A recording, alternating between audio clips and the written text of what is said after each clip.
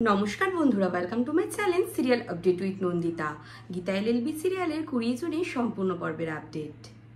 গিনি জাগৃতি যখন অগ্নিজিৎ মুখার্জিকে বলে যে আমি বরণ করতে পারবো না, আমাকে ক্ষমা করো, আর জাগৃতি জায়েদেরকে বলে চলো তোমরা ঘরে, আর সবাই চলে যায়, তখন গিনি এসে বলে আমি বরণ করব, আপনি যা বলবেন আমি তাই শুনবো। আর গিনি বরণ করতে শুরু করে। এই দেখে স্বপ্না দেবী অসুস্থ হয়ে পড়ে, আর গণেশ গাঙ্গুলি বলে একটুখানি সামলে স্বপ্না।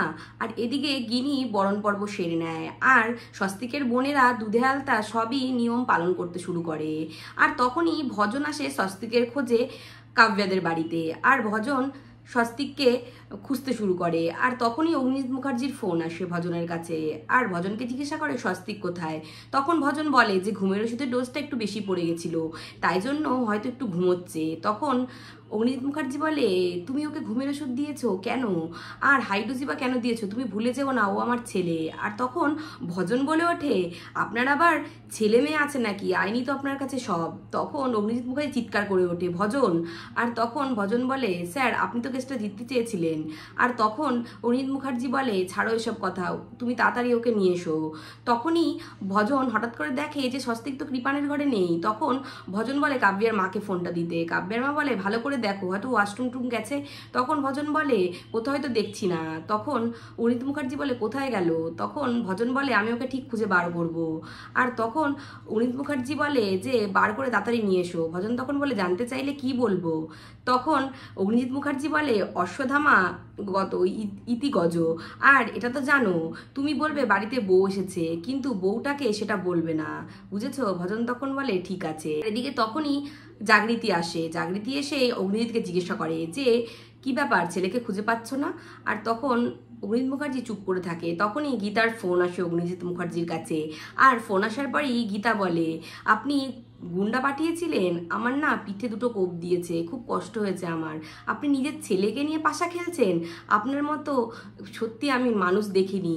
মহাভারতের শকুনিও না আপনাকে দেখে লজ্জা পাবে, আর আপনার ছেলেকে খুঁজে পাচ্ছেন না। আর তখন অগ্নিজিৎ মুখার্জি বলে তুমি জানো স্বস্তিক কোথায়।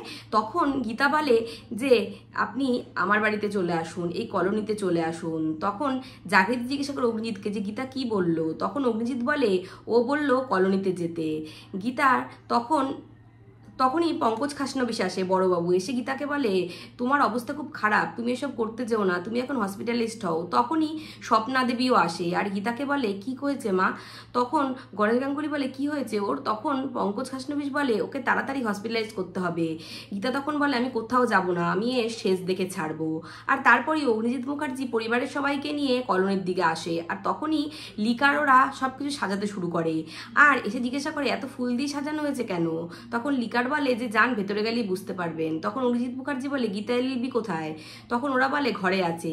আর অগ্নিজিৎ মুখার্জি দুয়ারে যাওয়ার সাথে সাথেই হলুদ পাঞ্জাবি পরে বেরিয়ে আসে গীতার বাবা, আর বলে আসুন আসুন, আপনারা তো আপনাদের বাড়িতে গেলে আমাদের অপমান ছাড়া কিছুই করেন না, কিন্তু আমরা এটা করব না, আসুন। আর পদ্ম আসে সামনে, আর পদ্ম বলে বড়বাবু আপনি এসেছেন, গিন্নিমা আসেনি। তখন অরিজিৎ মুখার্জি বলে আমি তোর সাথে এখানে খাস গল্প করতে আসিনি, গীতা কোথায়। আর তখন পদ্ম বলে ভেতরে আসুন আপনারা, গীতা দিদি ভেতরেই আছে। তখন গণেশ গাঙ্গুলি বলে এত উত্তেজিত হবেন না, যাকে দেখতে এসেছেন সে ওই তো দাঁড়িয়ে আছে। আর গীতা কোণের পোশাকে দাঁড়িয়ে থাকে। আর তখন স্বস্তিকের বোনেরা বলে গীতা কোণের পোশাকে। আর অগ্নিজিৎ মুখার্জি গীতার সামনে এসে দাঁড়ায়। অগ্নিজিৎ মুখার্জি গীতাকে এসে জিজ্ঞাসা করে কি হলো, তুমি কোণের পোশাকে কেন, আর আমাদেরই বা ডেকেছো কেন।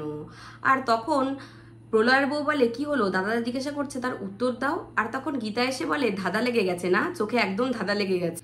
এরকম ধাঁধা আমারও লেগেছিল জানেন তো, যখন সি বিচে গেছিলাম আর তরোয়ারে দুটো কোপ পড়েছিল আমার পিঠে, তখন আমারও এরকম ধাঁধা লেগেছিল। সমুদ্রের নোনা জলে যখন মুখ থুবড়ে পড়েছিলাম, তখন আমারও এই কথাটা মনে পড়ে গেছিল।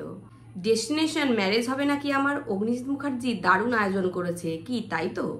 আমাকে নিজের পুত্রের সাথে বিয়ে দেবে ভেবেছিল, কিন্তু মুখার্জি বাড়ির কেউ জানে না যে এটা একটা ফাঁদ, আমাকে ফাঁদে ফেলা হয়েছিল, স্বস্তিক মুখার্জিকে ফেলা হয়েছিল। তো বন্ধুরা আজকের ভিডিওটা এই অবধি। গীতা এলএলবি সিরিয়ালের আগাম আপডেট পেতে অবশ্যই চ্যানেলটাকে সাবস্ক্রাইব করে পাশে থাকবেন। Thank you so much for watching, tata.